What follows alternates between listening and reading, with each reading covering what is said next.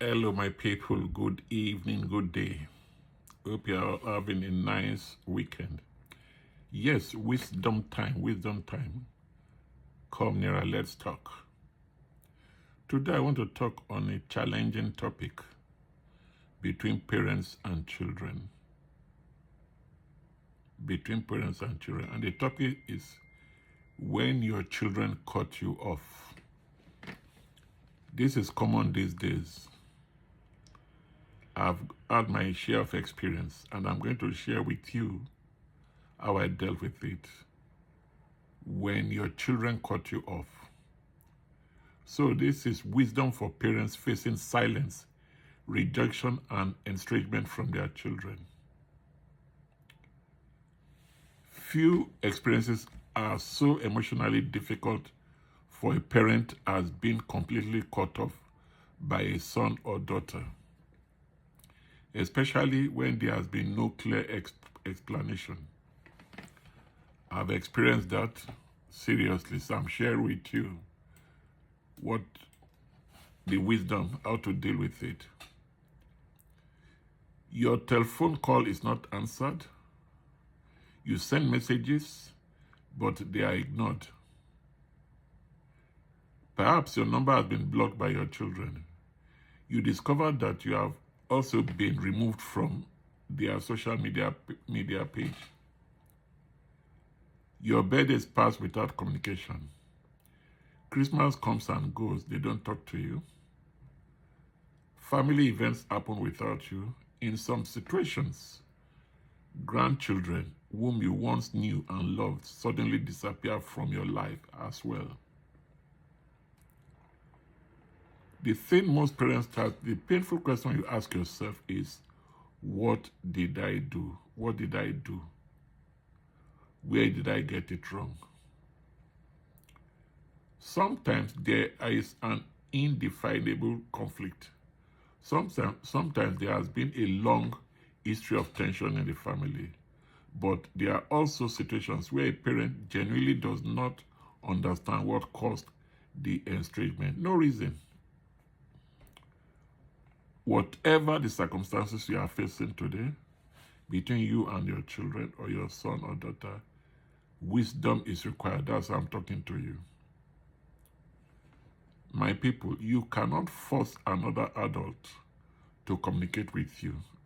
Get this clearly. You cannot force another adult to communicate with you. You cannot manufacture reconciliation by pressure. But you can control your response.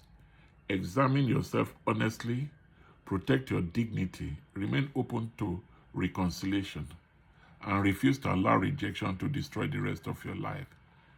When your daughter or son rejects you, don't allow that destroy your life, the rest of your life.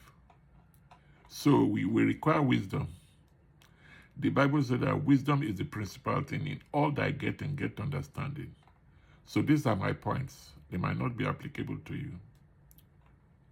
1, do not react immediately out of pain. The first temptation when a child cuts you off is to react. You may want to telephone repeatedly, send long emotional messages, contact their friends, confront their spouses, involve other relatives, or demand. You would sometimes say, after everything I have done for you, how can you treat me this way? Don't do that. Your pain may be legitimate, but pain is not always a good advisor. When emotions are extremely high, words can be spoken that make reconciliation more difficult. Give yourself time. Pray for them. Think. 2, examine yourself honestly. I've done that. When someone cuts you off, our natural reaction is to defend ourselves. But wisdom asks difficult questions. Even when you believe you have done nothing wrong, examine yourself honestly. Ask whether you said something that could have deeply hurt your child, whether you have been too controlling, whether you interfered extensively in their marriage or relationships. Examine yourself. Self-examination does not mean automatically accepting blame for everything. There's an important difference between taking responsibility and accepting false guilt. You should take responsibility for anything you genuinely did wrong, but you should not invent sins simply because someone refuses to communicate with you. A healthy parent says, if I have ought to, I am willing to listen and take responsibility. Please tell me what happened. 3. Send one calm message of love. Try it. Do it. If communication is still possible, consider sending one thoughtful message rather than dozens of emotional ones. Wisdom number 4.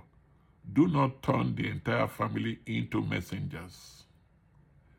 When children become estranged from their parents, extended families can quickly become divided. The parents tell one relative, the child tells another, soon brothers, sisters, cousins, aunts, uncles, and family friends become investigators, judges, and messengers. So you need wisdom. Number 5, do not use money as a weapon. Parents sometimes respond to rejection by saying, after everything I've paid, after everything I've done for you. Don't say that. Perhaps you paid school fees, helped them purchase their first home. You help them financially. Their rejection may therefore feel like betrayal. But never allow generosity to become a weapon.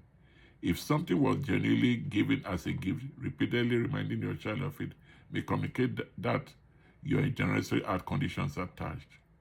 What you have given, you are giving. You pay the fees, so come move on. Accept that you cannot control an adult child. That's a reality. Accept that you cannot control an adult child. Point 7, this is important. Do not allow rejection of your children to destroy your identity. I repeat, do not allow rejection of your children destroy your identity. You were a person before you became a parent. Yes, you were a person before you became a parent. Your entire identity cannot depend upon whether your adult children approve of you. Yes, their rejection hurts. Yes, you may grieve. Yes, you may cry, but you must continue living. Live without them. Continue praying for them. That is what you can do. In Psalm 27 verse 10, Psalm 27 verse 10 says, when my father and my mother forsake me, then the Lord will take me up. Go to God. Human relationships can fail, but your life still has meaning before God. 8. Do not confuse forgiveness with unlimited access. Suppose your child eventually returns. What do? Forgiveness does not mean pretending nothing happened. Reconciliation requires honesty. If months or years of silence cause significant damage, the relationship may need to be rebuilt gradually. You can forgive while establishing healthy relationships. When they come back, set boundaries. Pray, but do not use God to manipulate your child. Pray, but do not use God to manipulate your child. Very important. 10. Never stop loving them, but change how you express love. Keep loving them, but change how you express love. Love does not always mean contact.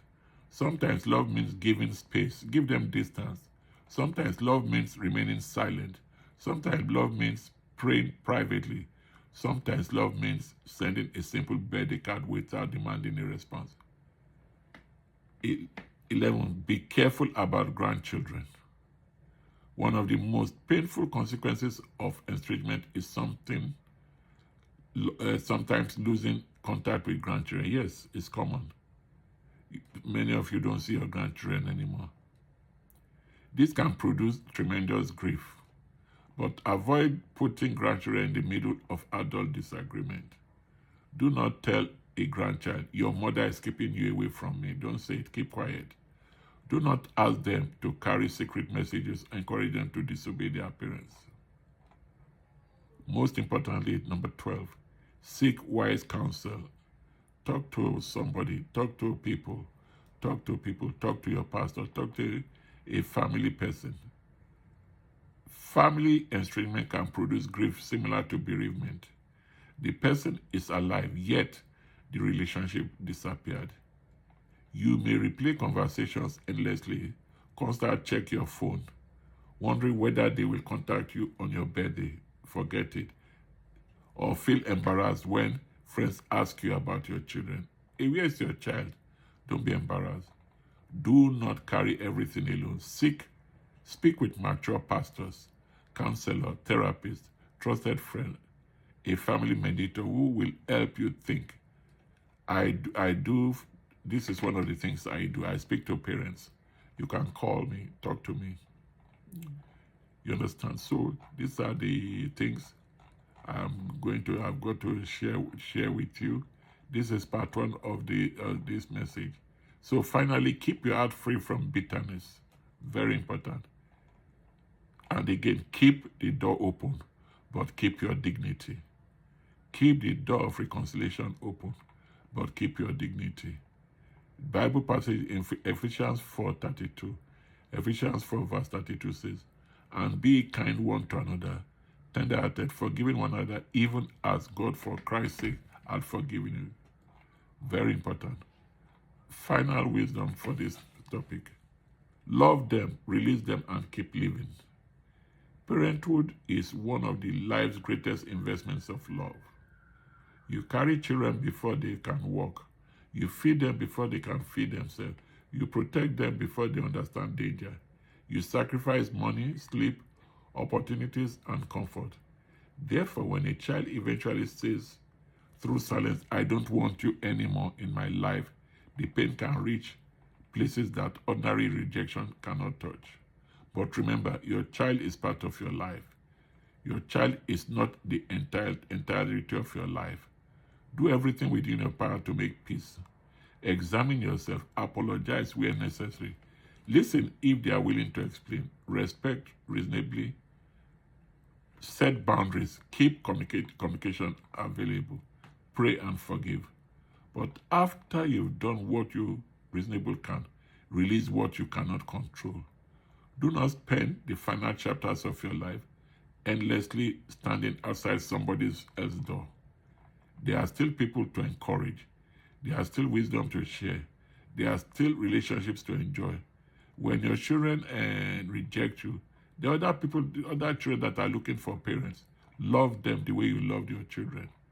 So this is my little topic on when your children that you raised and looked after rejected you. God bless you.